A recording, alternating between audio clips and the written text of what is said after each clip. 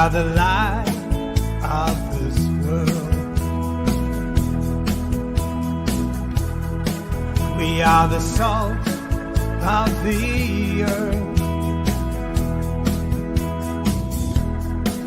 We've been called by His name to stand,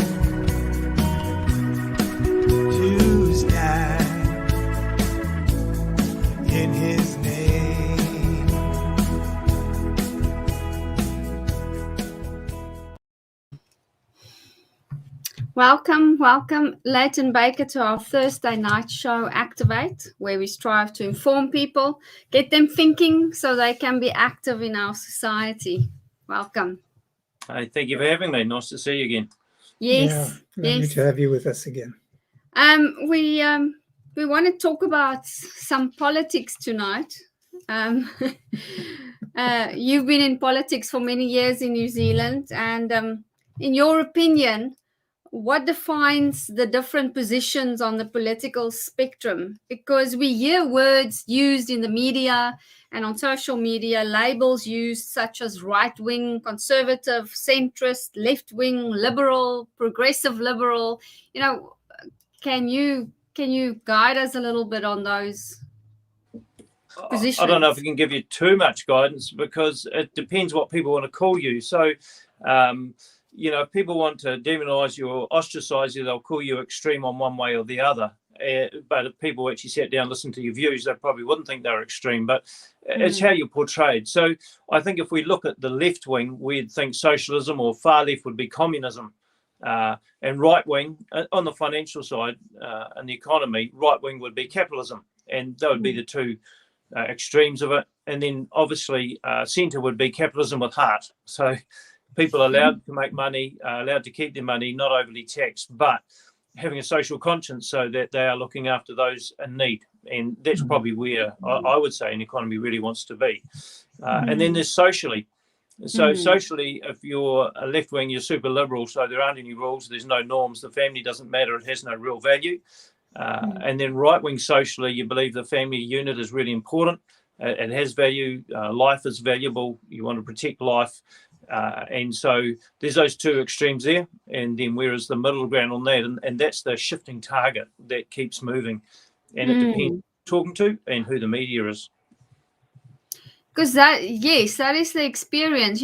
People who have always been valued for their good, like you say, capitalism with heart and caring about people, they are now being labeled as, a threat to society or right, extreme or radical right wing. And people don't know where they fit in now, because it seems as if the definitions of these positions have changed.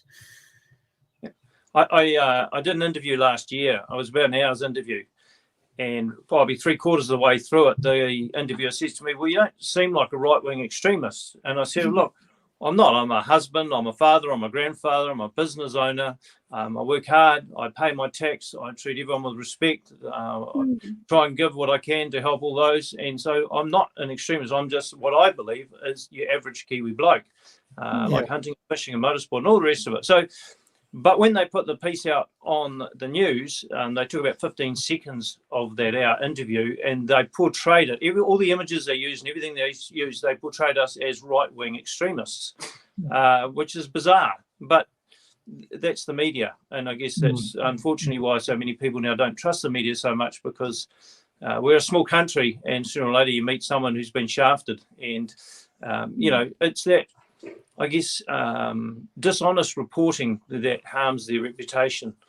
So, extreme right, I think extreme right would see, the Ku Klux Klan, you'd say is extreme right. People that support apartheid, you'd see as extreme right.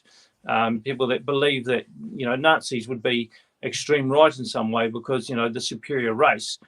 And that is very extreme, and I don't think that's good for anyone. Centrist used to be, you work hard, you pay your tax, you obey the rules of the land, you raise your family, you look after your own as far as your children and your parents, and you look after yourself and you obey the law, and you're a reasonably good person. That used to be centrist, but it's not now.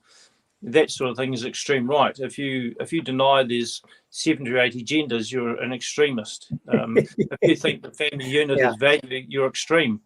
And yet those are things that have been core parts of healthy societies for centuries. So it's very interesting to see the narrative change and people trying to demonise other people by changing the narrative. Yes.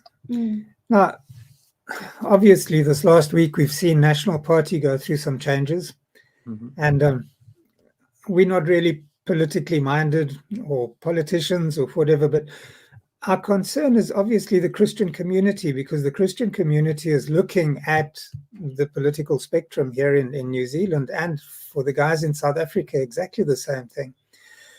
And wondering where to go and vote next year, or the next time that they can go and vote. So obviously they're looking for some sort of party that they can resonate with.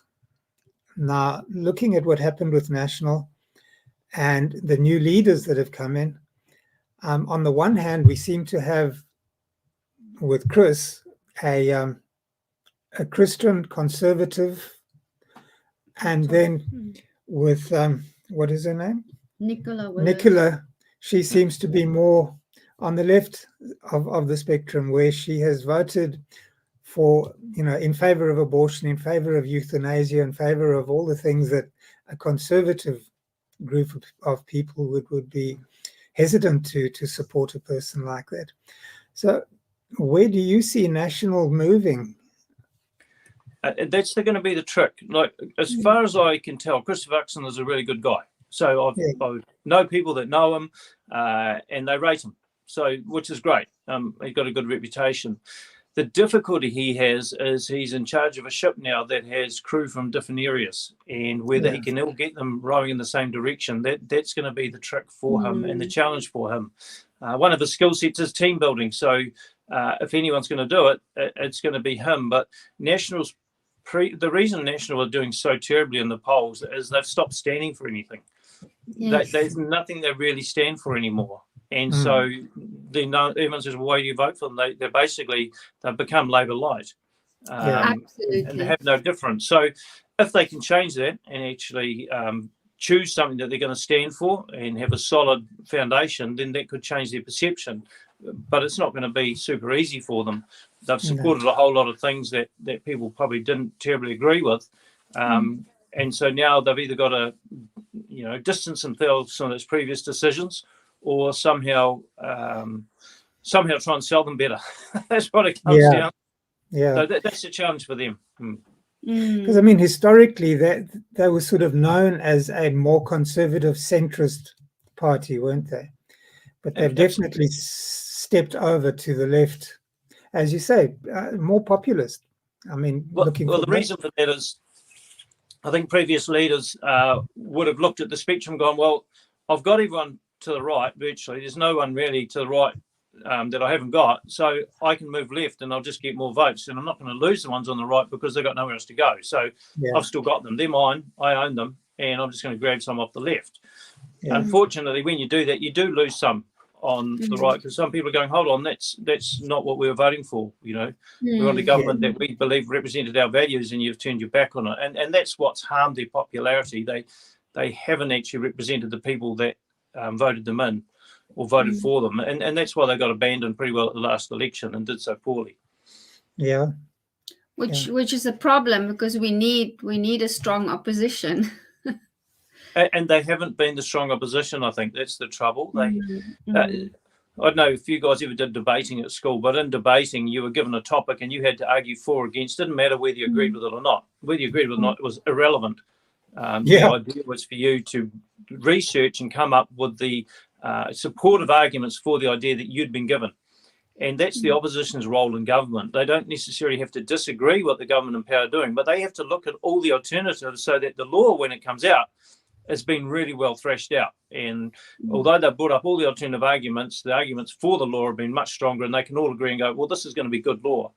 But when they decline or they abstain from bringing out any alternative views, then laws can get put through that haven't been very well discussed and haven't been debated well.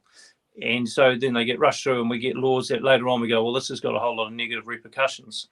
And that's the trouble I see with where National have been in the last term, really. They haven't been arguing for the sake of having a good debate.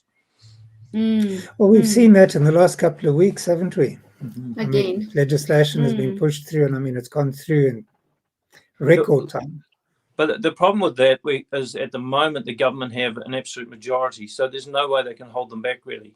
And the government can push through what it wants. And there's some real challenges to that because I think some of the legislation, because it's rushed through, let's take the traffic light system. It was gazetted last night. It comes in 48 hours. It can't come into law for 48 hours till after it's been gazetted. So that comes into law. The lawyers haven't had a good look at it. They can't give any advice to their clients about what it really means for them because they haven't had time to digest and get their minds around it and then feed it out to all their clients. It's just too rushed. And yet the government have been talking about it for a while, so they should have put everything it's going to be out so everyone knew exactly what was going to happen. And then we see fish hooks coming out with it already. I think one of the big ones that they've talked about today is that if you're unvaccinated, you won't be able to go to the courts. Well, you can't deny citizens justice just because of a health choice. That's bizarre. So there are things like that really need to be challenged and looked at, and that's why we have a proper process, and that's why you shouldn't be rushing laws, really. You should allow the people to look at what you've written, debate and discuss it, challenge it, go to select committee, thrash it out a bit more, and then you get good law. But when you rush law through without proper debate, you get poor law. And poor law hurts people and creates confusion and destroys rather than builds up and strengthens. Yeah, and that's what we're finding right now, isn't it? I mean, we're finding a divided country completely. Unnecessarily so, because in reality, say for hospitals, the idea of saying we want only vaccinated nurses in hospitals was because you don't want them spreading the disease. Is that right? Right. So, but the alternative, and there's no alternative given. You must be vaccinated. There is no alternative. But if you said, or you take a rapid antigen test on Mondays and Wednesdays, and that guarantees 100% you have not got COVID. So then you're actually better protected than the double vaccinated, because the double vaccinated is a carrier. But if you've been rapid antigen tested, so you know you haven't got it, you're safer than the double vaccinated. So that's a simple solution. It means we don't lose nurses, we don't lose doctors, we don't lose teachers, we don't lose the firemen, we don't lose the policemen, because everyone's accommodated by a good law, because that provides for everyone's choices. What we've done is we've said, no, you must get vaccinated. So it's almost like saying to a vegetarian, you cannot eat anything else until you've grabbed that chicken, ripped its head off and cooked it. You'd never do that because it's totally against their beliefs. Or if you said to a Muslim person, I'm sorry, you cannot use any of the services, you can't go to the library, you can't go to the swimming pool unless you eat bacon. I mean, you wouldn't do that because it's against their beliefs. So when someone feels strongly, and with the vaccination thing, that you simply look at what's an alternative that will provide a good option for everyone and take the heat out. But instead, because they've chosen to go down this vaccination path, the Prime Minister said we now have a two-tier society. Well, how is that fair and just for all those people that had decided either because of medical reasons or faith reasons or whatever reason they just do not want the vaccine? And that's the issue we face in New Zealand at the moment. And it is a really divisive issue. And we can see it in the churches. Do you have two services, the vaccinated and unvaccinated? Do you have a wall down the middle? How do you operate your church? What's going to look like? And then how far do you allow the government to dictate what you do in your life? Where's the line? Have you got a line that they shouldn't step across? And I think that's the big issue for all New Zealanders at the moment. Is there a line that the government should not step across in controlling you and your private life? The same sort of thing is happening in South Africa. Exactly the same thing. The only thing is we have a constitution that is quite strong. Yes. And so business has taken the government to court, and the courts have ruled in favor of business with regards to mandatory vaccinations and that. So I think that's also a thing that needs to be looked at, isn't it? Is actually developing a good constitution. Absolutely. We need a constitution in New Zealand because at the moment, because the government's actually above the law, and that is a real issue. And the lawyers, etc., are getting quite concerned, and judges are getting quite concerned about that if the government have found that they've breached the law, they simply change the law and backdate it and say we're fine, because they can do that in New Zealand. There is no constitution, there's no upper house, there's no way to hold them to account, and that is a major problem. And to me, it's a major concern. So we do need a constitution that just puts a fence around the government and says, this is your role, and these are things you can't do, and you cannot go out past these fences because it's not healthy. Yeah. So what would need to happen for us to get to the place where New Zealand can establish a constitution? Because well, all it needs, because New Zealand's so basic, all it needs is a majority of those in Parliament to say, let's have a constitution and put one together and debate and discuss it really well. And it should go to the people to choose. But it needs really good people going over it. And look, there's people out there now that are writing really good constitutions, and they're putting a lot of time and effort into it. So there's a constitution available for future politicians to discuss and debate and bring to the people. Wonderful. So that work's done. And they're thrashing it out, and different people are looking at it and thrashing it out. So, it's not like we have to start from scratch.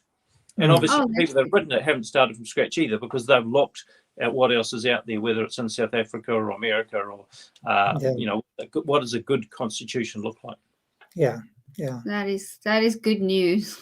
That is good news that there are people working behind the scenes and working at this, because yes, that could be definitely a good point in New Zealand going forward. Getting back to Christians and their political preferences or choices, looking at the New Zealand politics, obviously we've got the two major parties, which is Labour and National. And then we've got the Green Party, the ACT, New Conservatives, the New Zealand First Party, New Zealand Outdoor Party. And so we have these different parties. And quite a few of them are more conservative in their principles and values. And of course, the latest one that we've noticed coming up is the New Nation Party, where they're quite active on social media and so on. And it seems as if they are gathering a conservative following, isn't it? Yeah. Do you see that the conservatives or conservative type parties would be able to get together and work together? Yeah, look, and again, there's a lot of work happening on that behind the scenes. So, there's a lot of people working to bring all those groups together and say, how do we work together to make a real difference? Because that 5% threshold is a massive barrier, and no party has got into Parliament by getting the 5% without having a sitting MP join them. That's just the history of New Zealand. So to get across it, we really need a union of those parties, or an umbrella party or something like that. So there's meetings happening now and in very short future, discussing what that would look like and how those parties could work together, and whatever organisation that may be for the greater good of New Zealand. And then what would be those core values that they all stand 100% on? Obviously, when you got those different parties, it's because one party goes, I like most of what you got, but I'd rather do this differently. And so they all have a point of difference. So you need to accommodate that, but go, what are the commonalities? Yes. Well, that's good news. That's really good news. Yeah. Yes. Because wonderful. I mean, we all jumped in when we supported New Conservative, and we were pretty deflated. Yeah, when a curveball came out of nowhere and changed the scenario a little bit. Yeah. But that's politics as well. But I think there can be real strength in having a whole lot of parties working together with a core base of their core values, because it means every other topic will be rigorously discussed. They say, look, we're 100% committed to these core values. That's what we're going to work on. These other ones, we're going to debate and discuss them and thrash them until we come out with the best solution. And then if it's a social issue, it really should go to some form of referenda or be targeted by the Constitution so the people have a voice. What concerns me at the moment is we have a government dictating to the people, not representing them. And so when the leader of a party tells the people in their party how they should vote, that's no longer a representative democracy. It's now an elected dictatorship. And that's the issue we have right now. So we need every politician, once they're voted in, they should be representing the electorate they came from. Not the party line, but what the electorate stood for. apart from those core values that each party has. Yeah. But there also needs to be a change, a shift in the mainstream media, because the normal Joe on the street, they don't have all the insight and what's happening. So all they do is they watch the 6 p.m. news as the gospel and believe what they are told. A year ago, was it a year ago, when the whole abortion law was coming out, and I would have discussions with people, they didn't realize what it actually imply, what would happen, what is being pushed through, that the health people, workers wouldn't be able to not be involved, the baby doesn't get any medical attention pre-abortion for comfort, even though we do it for animals. All these things that an average person would say, oh no, but that's horrible, but they still voted yes because they believed the narrative that was given to them. So I mean, there needs to be a change or a shift in media as well. Yeah, and let's be brutally honest, the left have been very smart. The left have played a long game, and they've been setting up their people in the media for a long time. They've taken control of the media. And then what we've seen this year is so many of those you call centrist or centre-right commentators leaving the media. And there's been a lot this year. And so then you have really a single voice media on the left, and it is very strong. And they will not allow anything else out. They just won't. Which is quite sad, really, because they've gone away from being, they've lost their core values as a media. They're meant to present the facts for us to make a decision on, but most of what you hear now is opinion or their values or their beliefs on it. It's not just the plain facts. And to me, that's a real danger. And when they're so reliant on the government for funding, of course, they're going to do what the government would like. And again, that's a real challenge because we've lost the integrity of the media, where they give all views the same amount of time. And look, if we get an example from the elections, the Electoral Commission determines how much funding each party gets to spend on the media during their campaigns period. Now, the big parties get 1 million, 1.2 million, 1.3 million each, but the smaller parties might only get 40 or 50,000. The problem is the big parties are on TV all the time anyway. So you've heard their policies. And so the people don't get to hear the new, the innovative, the creative, the practical policies that those smaller parties have. And the smaller parties are passionate about it because they're doing it all for free. They're not being paid to do it. They're doing it for free off their own back. And they have fresh ideas that the people need to hear, but they just will not get to hear them because you can't go on the media with your own money. You have to use the allocation from the from the Electoral Commission. So, again, it's forced us into two-party politics, really, and because the smaller parties really just don't get heard. And we need some back office cooperation or ideas or debates about how to look at that as well and change that people can be informed. Well, I think this is what you and Chantal are doing. You guys are doing such a good job. Yes. You really are. I mean, you're out there, and I think of Bob with Family First as well. I mean, he's out there. Anything happens, he has a podcast. It's amazing. So you guys are really doing a good job. It's an interesting point to bring up Bob McCroskey from Family First. So every election, he brings out his booklet, and it shows how the parties voted. Yes. And just tens of thousands or hundreds of thousands of these booklets, they go to churches and right around New Zealand to inform people of how the parties voted on social issues.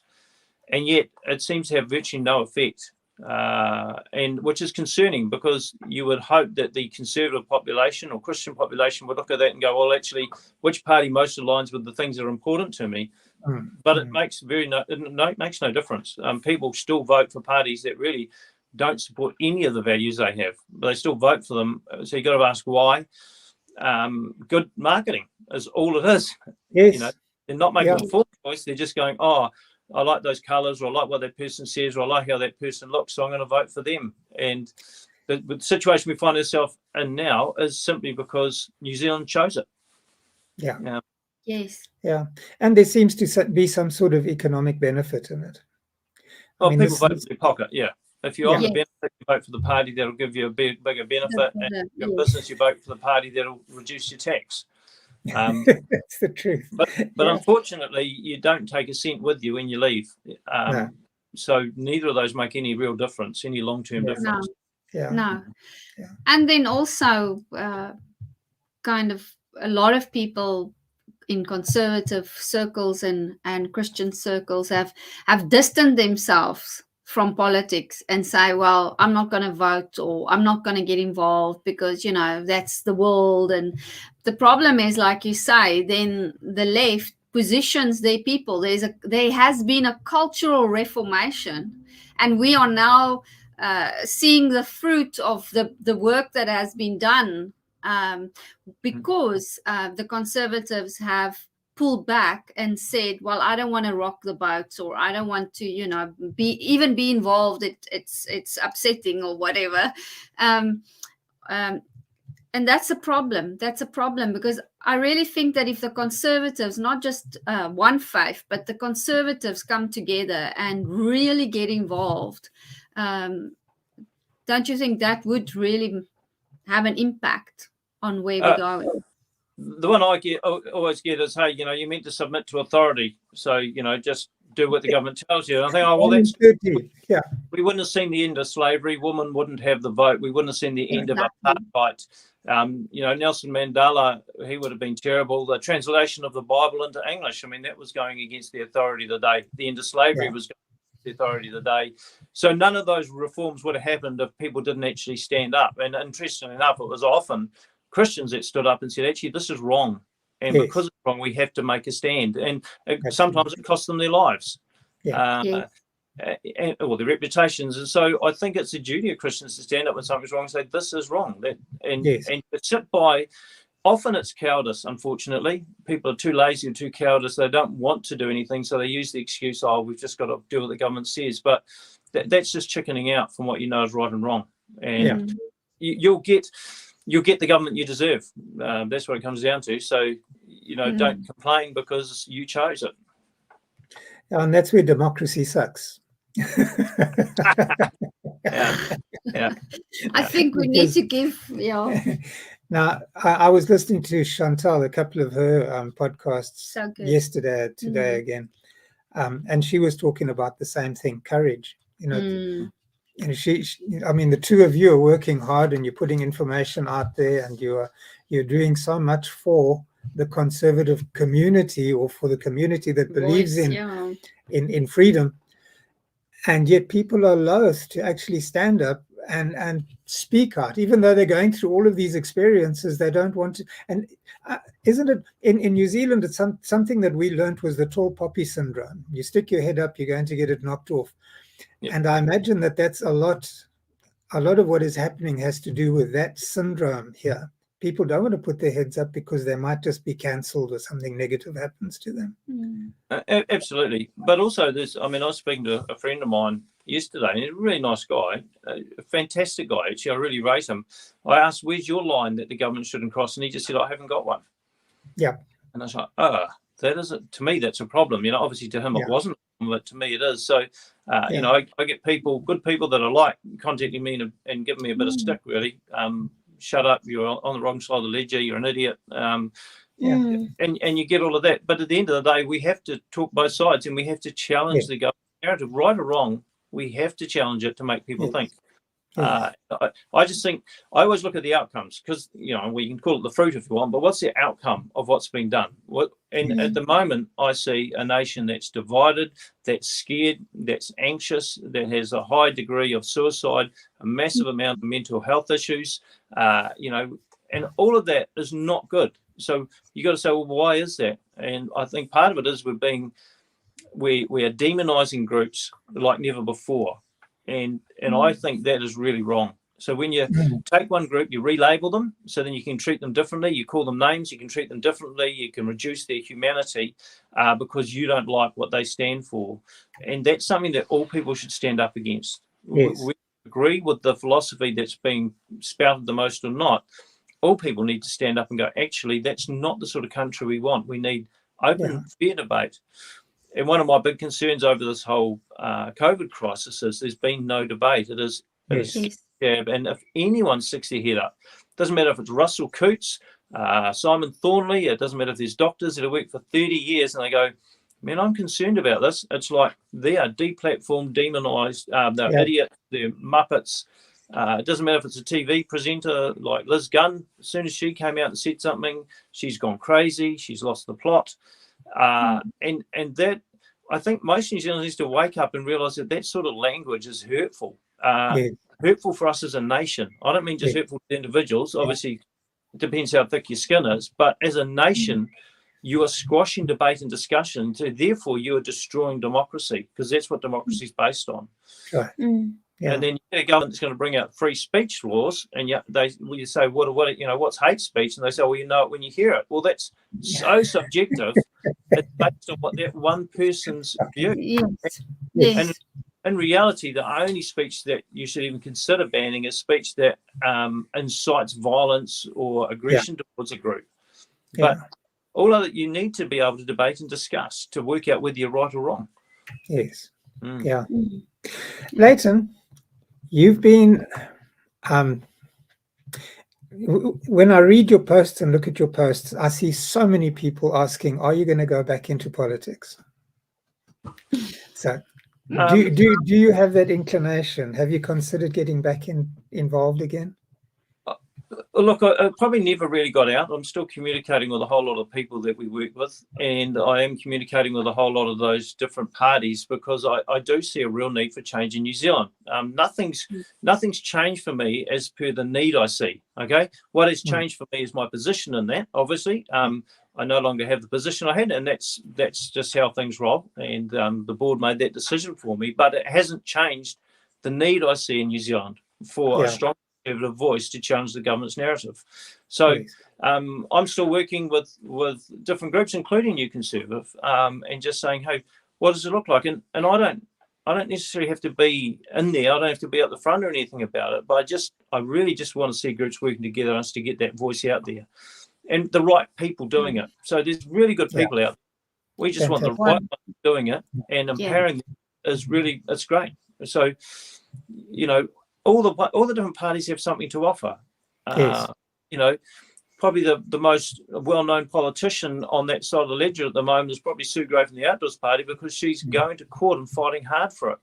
The party that got the most votes in the last election out of that group would be New Conservative, but the party that's growing the most at the moment in that area is probably New Nation. The group that's got probably the most followers joining them at the moment is probably Voices for Freedom.